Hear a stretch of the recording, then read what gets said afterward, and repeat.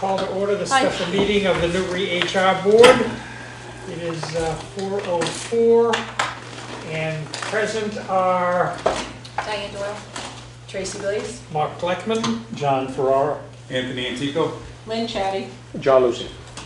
Thank you all for being here on relatively short notice here for this special meeting, the sole purpose of which is to discuss and hopefully approve final language changes that have been made primarily by town council as it relates to updates that were needed or edits that were needed in the town of Newbury's personnel policy. And as we discussed in our last meeting a couple of weeks ago, the vast majority of these edits and changes were strictly what we would call wordsmithing issues, updating, language changes, spelling, punctuation, as well as a few things a bit more substantive, changing language that used to relate to the Selectmen form of government to the Town Administrator Act form of government. All those are in place, and what it leaves us with is two areas of focus we want to talk about today. Again, the sole purpose of this meeting is to discuss language changes and answer any additional questions we have relative to two pieces of this personnel policy. One being under the general heading of employee benefits, retirement benefits more specifically. The other being changes that relate to the town's policy regarding compensation of non-exempt employees during periods where there may be an emergency closing or other such closing of facilities, requiring some updating of the regulation as well. And this is done in concert with town council's recommendation and advice as it relates to statutes, both Massachusetts and federal. So with that in mind, I think it's appropriate, let me turn it over to Diane quickly here and just walk us through very quickly where we are at this point, and let's open up the conversation of those two areas, make sure we're comfortable with the language and what sits behind that language. And then, as we've talked about over the last couple of months here, hopefully vote on this as an HR board. When I say vote on it, we don't have jurisdiction over this policy. It's a select board issue, select board jurisdiction. But what we can do is appropriately vote to pass this forward to the select board for their review and hopefully adoption into the town bylaws. So with that in mind, Diane? That was a great summary, thank you.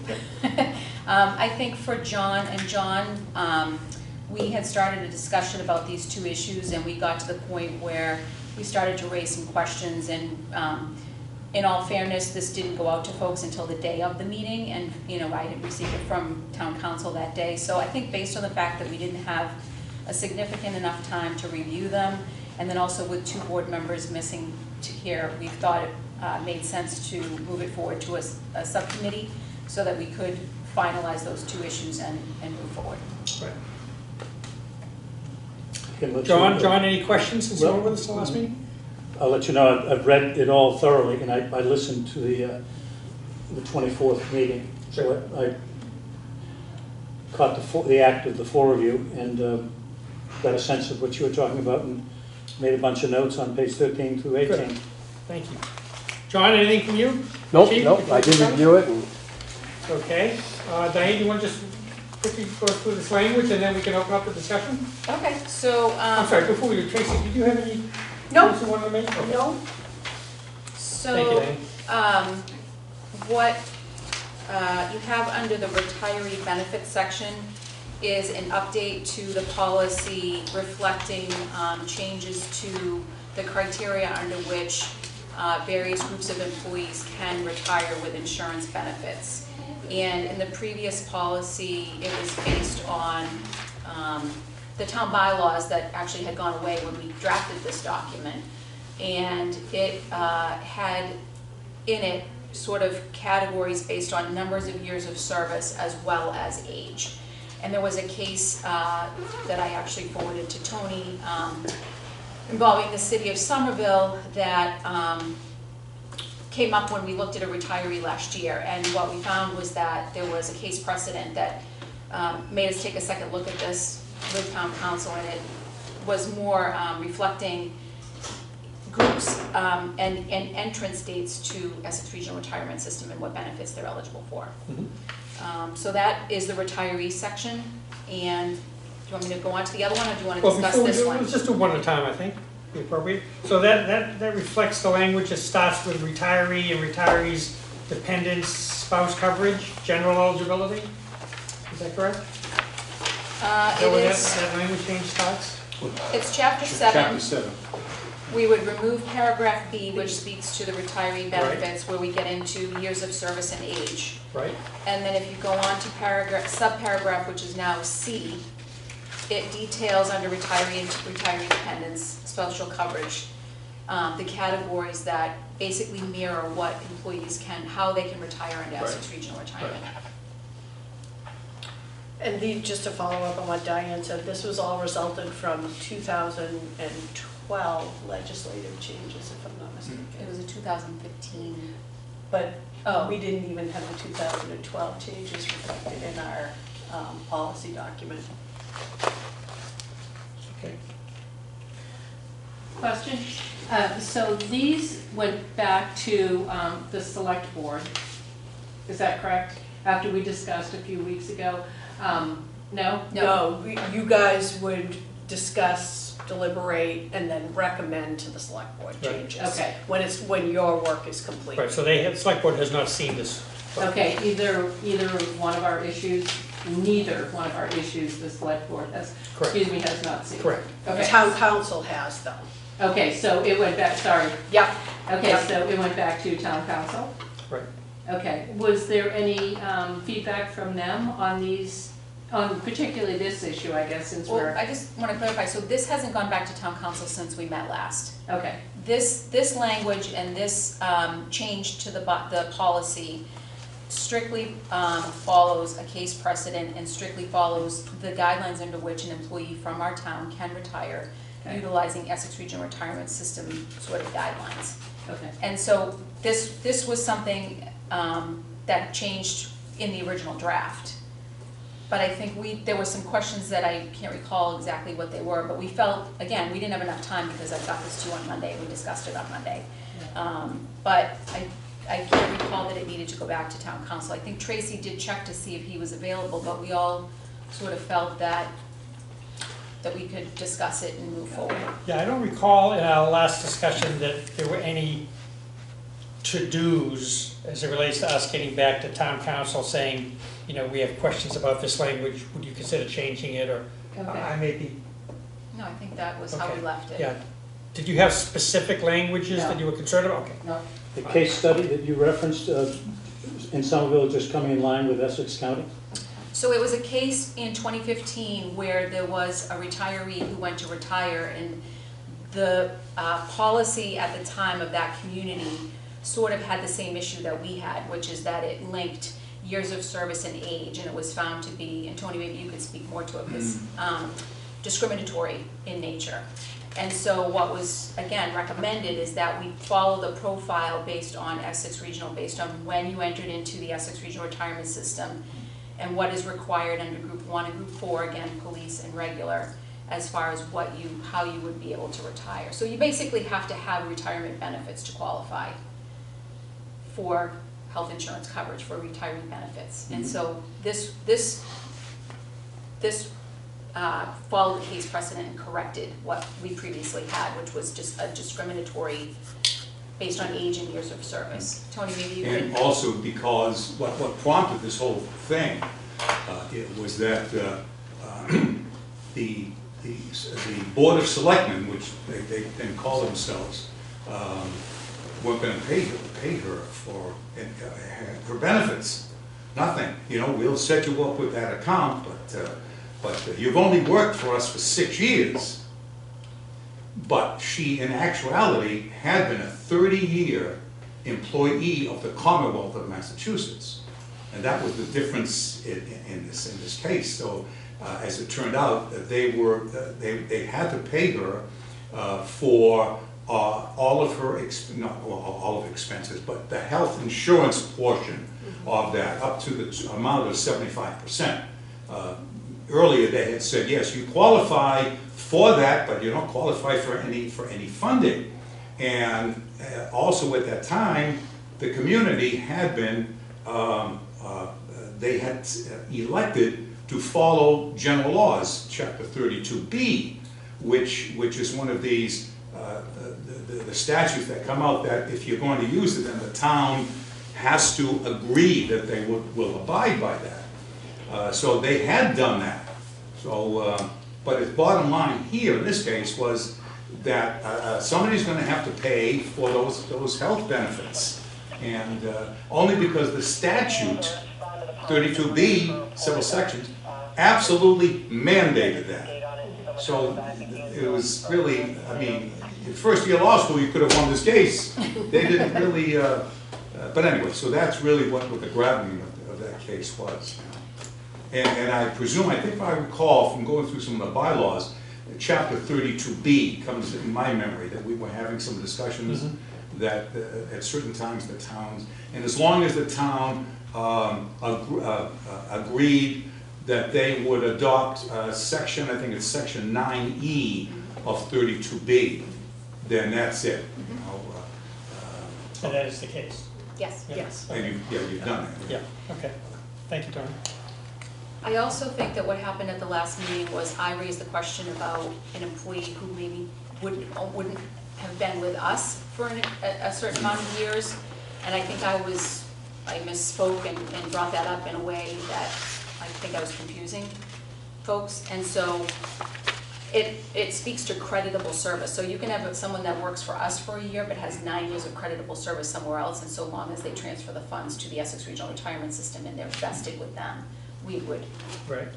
provide them with And their I think, benefits. correct me if And I I'm think I wrong, brought that up, and I think that's where we got a little, overwhelmed with. correct me if I'm wrong, I think that's one of the things we had suggested, going back to town council on, is to somewhere define what creditable service means in lay terms.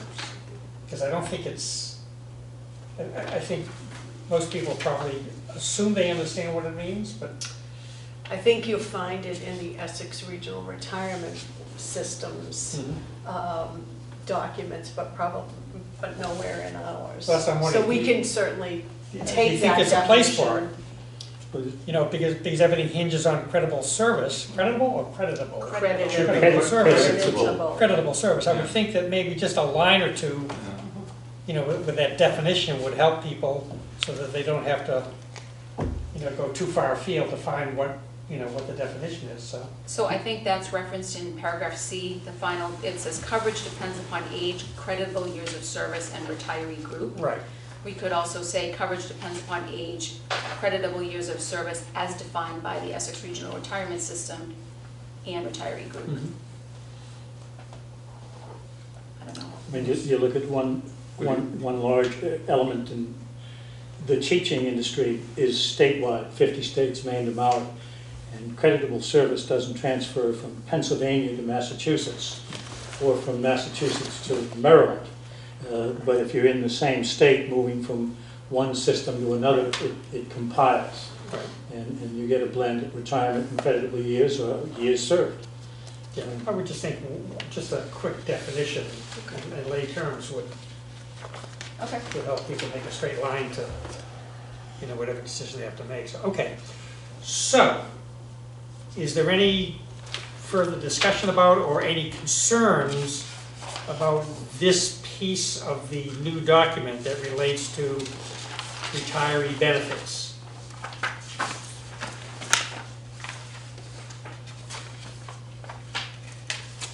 Do folks need a couple minutes to read through it, or if you had an opportunity to do that already? Read it thoroughly. If that's the case, why don't we vote on that one? Do them one at a time, and then we can move on to the final piece. We need a couple minutes to go through that language. Is there a motion to accept the new language relative to retiree and dependent coverage?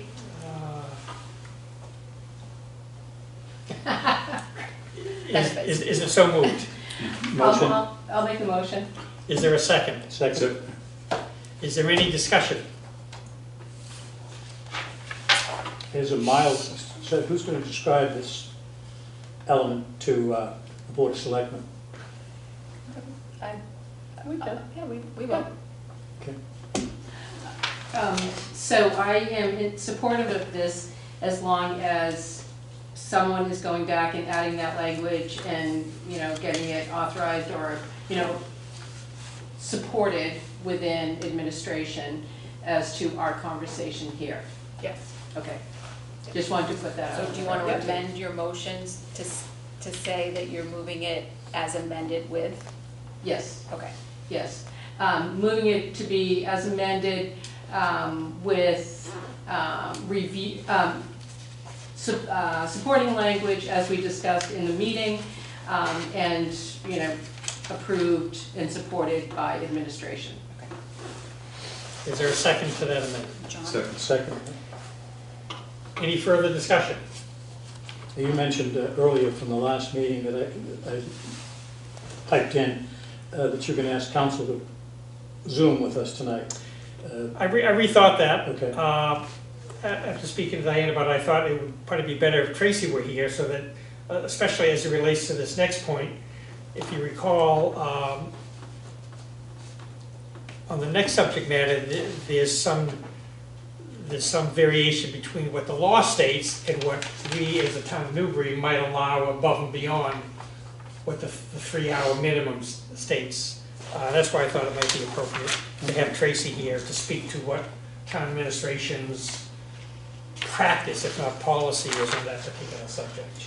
So with that in mind, there was nothing on this first area. Well, I mean, credited service defined, clearly defined. Well, yeah, that we're gonna do, yeah, Yep. credible service, yeah. Okay.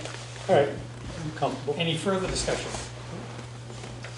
Okay, we're voting on the amendment as Lynn stated. All in favor? Aye. Aye. It's unanimous, thank you. Next subject is the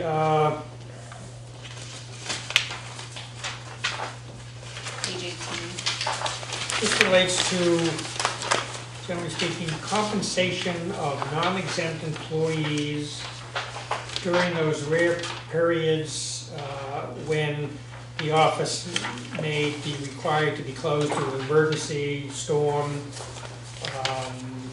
Loss loss of of power. power, you know, something of those lines. Tracy, you can certainly speak to this, and what our practice was, how we changed that practice, I think appropriately 2 or 3 years ago, when it came to our, it came to our attention that there were some concerns, and they were legitimate concerns at the time then and now.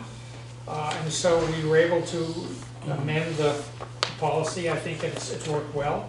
But that said, we needed to play with this language to make sure that it was consistent with what the requirements of law are. So Yeah, that's exactly what we're doing here, is we're trying to make it consistent with mass reporting law. We had seen, we had been notified by our payroll company about some changes. There was a question and answer little form, and we thought, oh, how do we address that? So Diane did some research and consulted with counsel, and they provided the language that you see in the document now on page 18.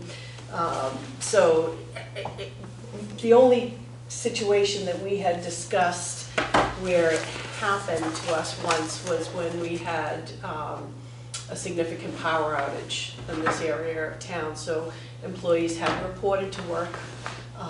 They had gotten here on time. They, were all ready to get to work, and soon thereafter we lost power, and it remained out for an extended period of time. We knew what caused it, and we knew that it wasn't going to be back on.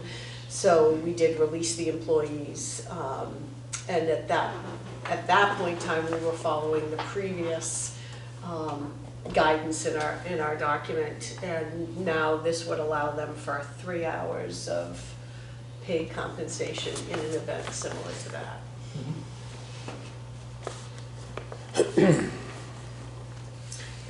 I think where we got stuck, correct me if I'm wrong in this, You looked at me.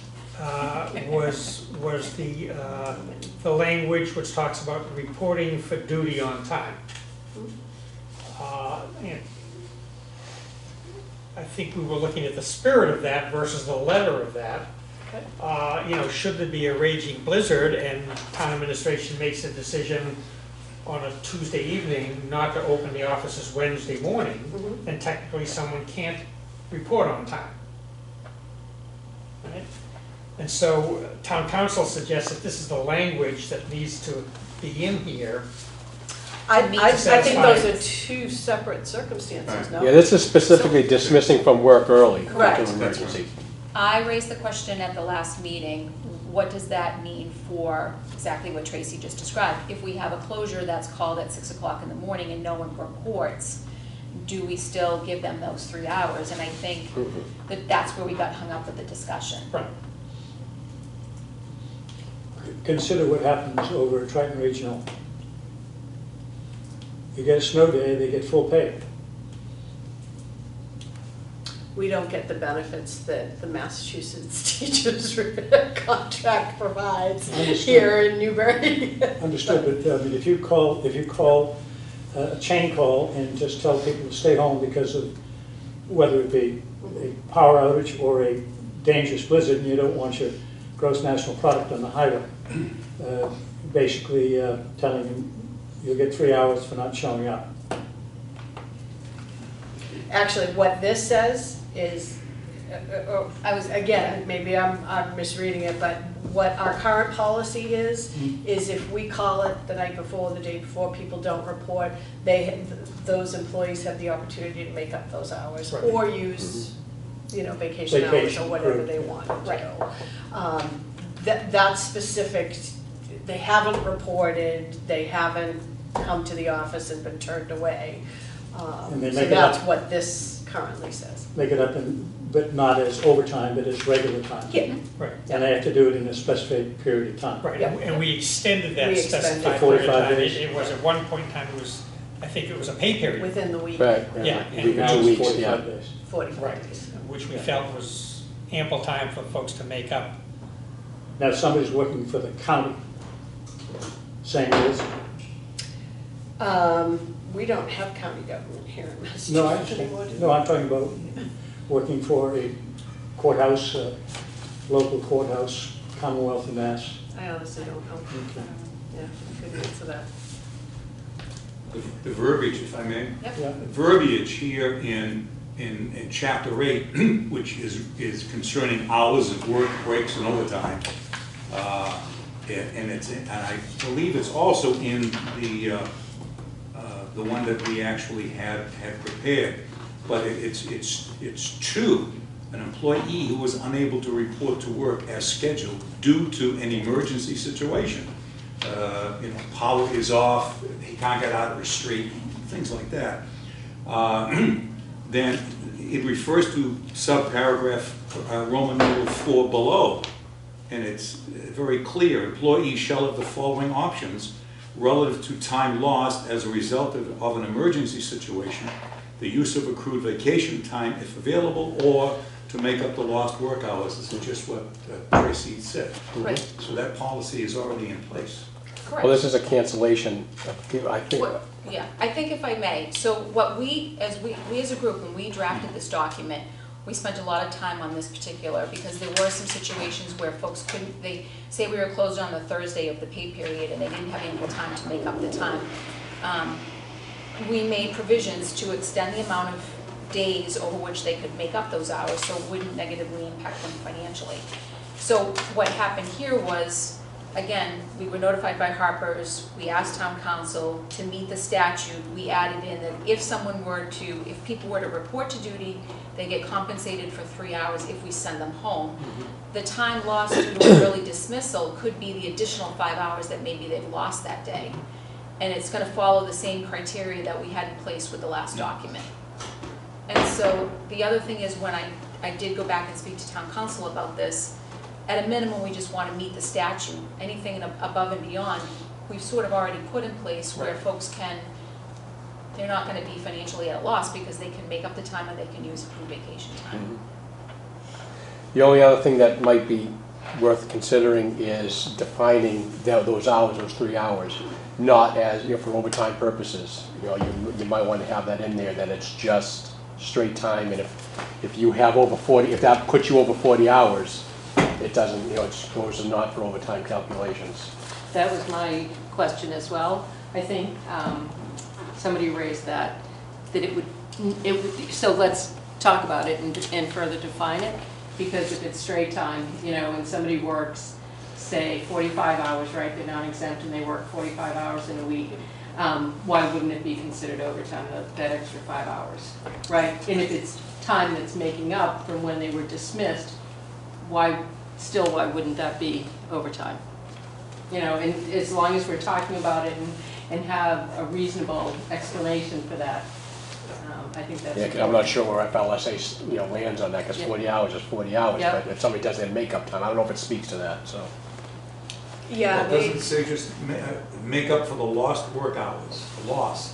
Right, but I think if they were to make it up in another pay period Right. and they work a Uh-huh. 40-hour work week, because they've been given 45 days to do that. So if they make it up in a subsequent pay period and they've already worked 40 hours in a week, and they're making up 5 hours, which would have been paid at regular time had it been when they were Right. originally scheduled, I think that's what Lynn is suggesting Ah, we okay, clarify. right, makes sense. So could we just, yeah, and their work week is also 35 hours.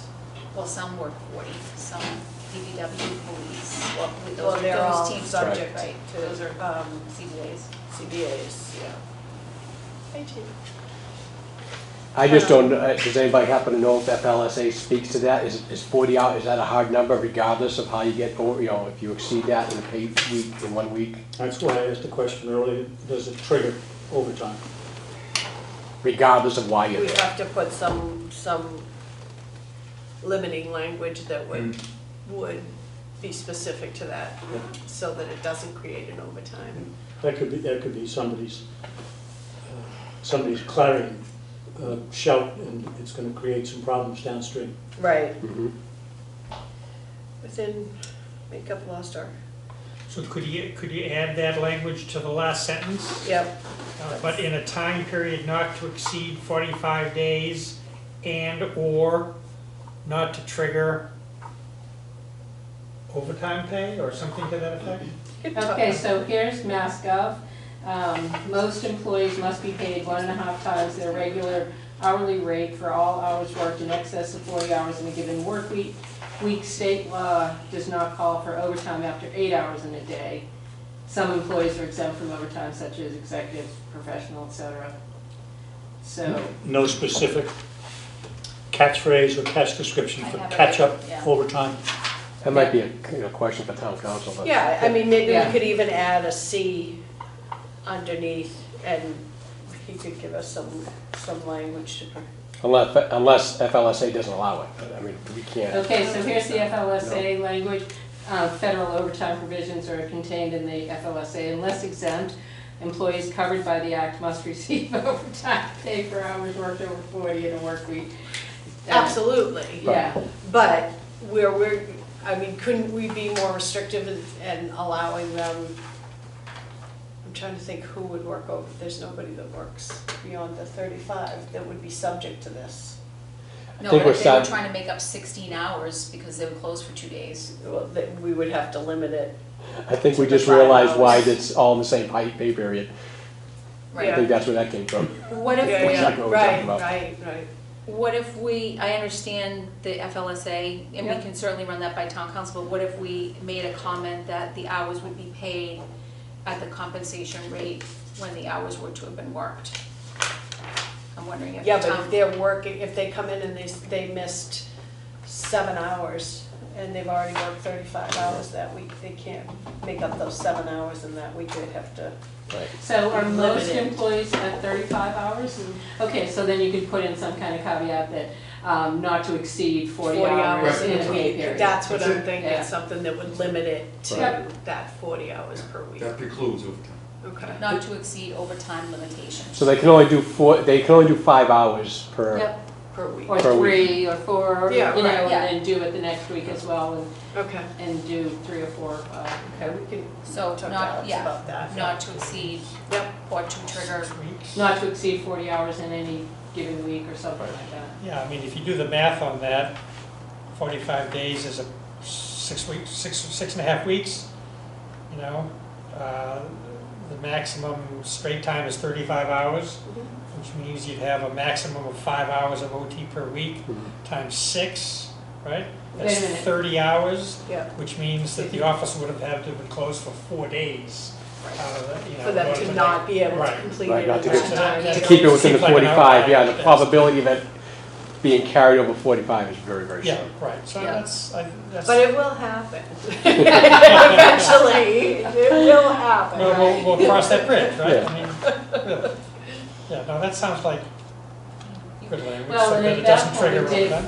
if, you know, if we Yeah. flood like Noah's Ark or something, then, I don't know, we end up paying some overtime, you know. Absolutely. Yeah, okay. But at least if you have the standard language, not to exceed 40 hours, and then if there would be exceptions, you know, that would be an exception rather than. Okay. That cuts the exposure down dramatically. Okay. And so we have to leave the language in number 3 in place. Yep. We're not gonna change that language in terms of reporting for duty on time. That's a separate issue Yep. than what we're talking about. Okay, good. That's what it is. Any other discussion on this area? So just to be clear, so the way we've left it is that we're comfortable with the language as is, and we need to add one more bullet point speaking to the way in which non-exempt employees are allowed to make up those additional hours as long as they don't creep into overtime hours in a particular pay period, right? Beating the dead horse a little bit, let's talk about the 3 hours. Does that count for overtime calculations? Well, they're getting paid the 3 hours that they would have worked that day. Yeah, they're getting paid for it. They Oh, don't no, I pick it up. understand that, It I wouldn't understand trigger that, but overtime. will It was that their trigger? regular- It was their regular workday. So they won't get paid five hours or 32 hours, So they right? make up 5 hours. Yeah. Yeah. I guess what I'm getting at is, if, I don't know how the departments are, who does what, but if somebody works 43 hours and somebody is here for 40 hours, but they're totally getting paid is 43 hours because they had to leave early because of an emergency, is that 3 hours overtime? Does that trigger the overtime to 3 hours? No, Does so that what, make any sense what I'm making? no, so I think if someone, say we, 3 hours, those 3 She hours said are no, she said it made no sense. no, it doesn't. If somebody has a 40-hour work week, Hmm? and they come in one day and they report to duty, and 1 hour into their shift, they get sent home, they're gonna be paid not just for the 1 hour, they're gonna be paid for 3 hours, Mm-hmm. which is, so they're up to 35 hours worked, then they would have 5 hours to make up, because their 8-hour day, they would get paid for 3 hours for reporting, and they'd have 5 hours to I make up. understand all that. Still 40. Yep, no, I understand that. If you've got somebody, again, I don't want to add another 20 minutes to just this discussion, but I'm confused on one thing. If somebody works 40 hours, like they do their 30 hours, whatever the reason in their department, they have to work longer for something else, they're here for something else. So now they've made up their 40 hours of actually being here working, notwithstanding what they left early for. And then when they get their paycheck, it's 43 hours. To pay that 3 hours, is that 3 hours triggering the overtime? Okay, so Does that make sense? under B1, each full-time employee whose position has been determined by HR to be non-exempt under FLSA who shall be required to work in excess of 40 shall be paid for such overtime duty at the rate of 1.5 times. So it's already in here for overtime? Right. Yep. So I would say yes, right? So even though they're not here, they get sent home early? Okay, that's fine, I'm fine, Yeah. just wondering. But hours worked for the purpose of computing overtime shall include only those hours the employee actually worked in that week. Yes, it says work in excess of 40 hours. I mean, Time that's what I paid was- but not actually worked, such as holiday, sick day, paid personal days, or vacation is not counted for the purpose of computing overtime pay unless otherwise provided. Right, Right, Under so those CBA. additional 3 hours, John, would be hours that they would be paid at straight time because they're getting compensated for it, but they didn't actually work for 3 hours. so, So it wouldn't trigger overtime, right? well, so in other words, they're getting a check for 43 hours. No. And that's okay. Yes, they would. If they, I'm just saying, if somebody worked 40 hours, not, They actually was wouldn't work, here. they wouldn't work 40 hours Wait a if minute. they got sent home. Do you mean if they worked 40 hours and then, If Sam, Conservation Commission, she comes in and she's working 35 hours.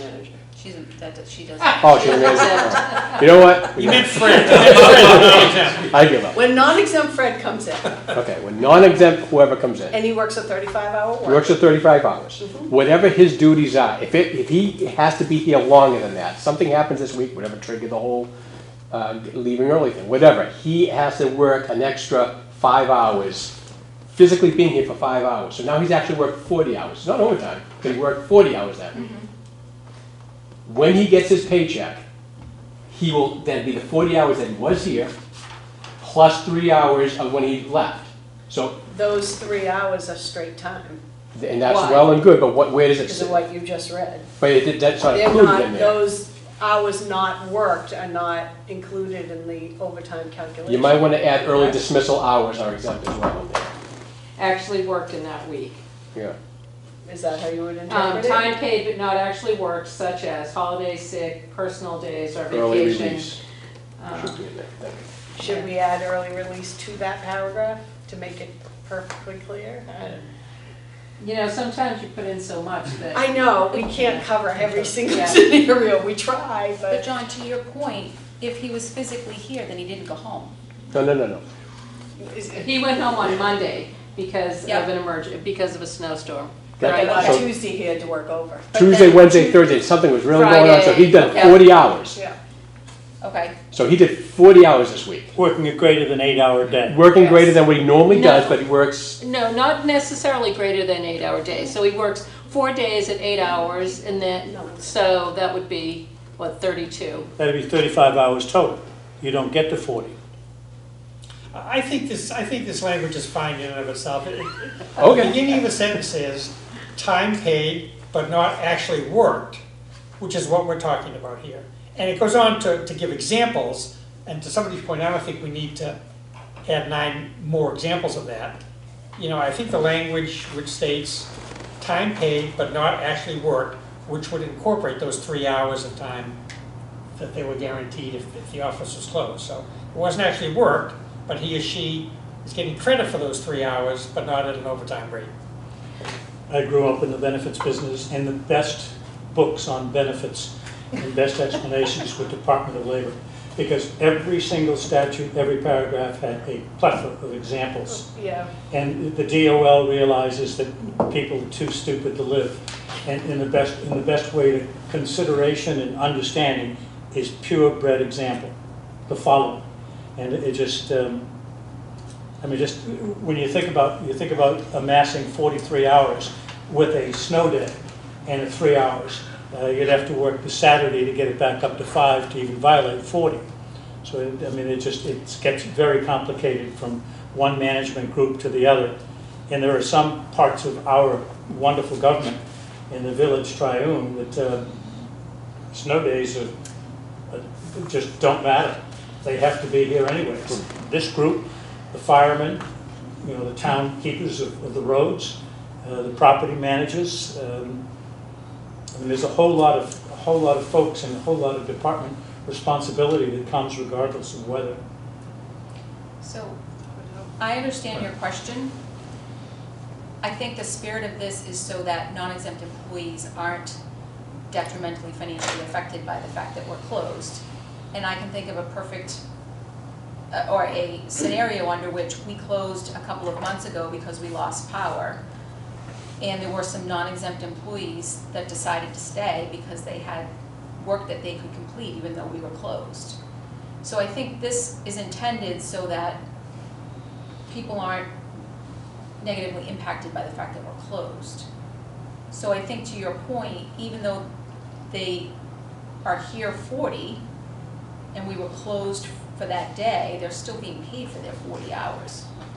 That's not even, I hear what you're saying, but I guess I'm just not making my point right. So well, let me- I haven't seen a single scenario in 12 years in Oh, which okay. any non-exempt employee had to work over. I mean, it could certainly happen, but Yeah, I mean, again, it just depends on how deep you want to, or how thorough you want this to be. I mean, I like to see these things take care of every foreseeable whatever, but if you can't, that's okay. Impossible. So, 2 more points. One is that in here, somewhere in the document, it says that you can't work overtime without department head approval. Yep, Right. right Bingo. there, yep. Yep, so to your point, they wouldn't, if they were being approved to work, then we would compensate them, but they have to get approval to work over. I understand that, but then it goes, circles right back to me. So how does the department head say that you can't work, because that'll be overtime, because we haven't defined what that 3 hours is? we If have that- to find that 3 That has to- hours. Yeah, that's what I'm saying, I'm not seeing where that's, unless I'm, It says time worked, those 3 hours are not, Time is paid, not but not time actually worked, worked. I right? think we're covered. Yeah. okay. Is that? Yes, Okay. yeah. Yeah. I get your point that it's better to kind of have the conversation and possibly have it in writing because somebody will be asking about it and then we'll have to just revisit it and, Yeah. you know, and then it kind of makes a supervisor or a manager look like, you know, the heavy.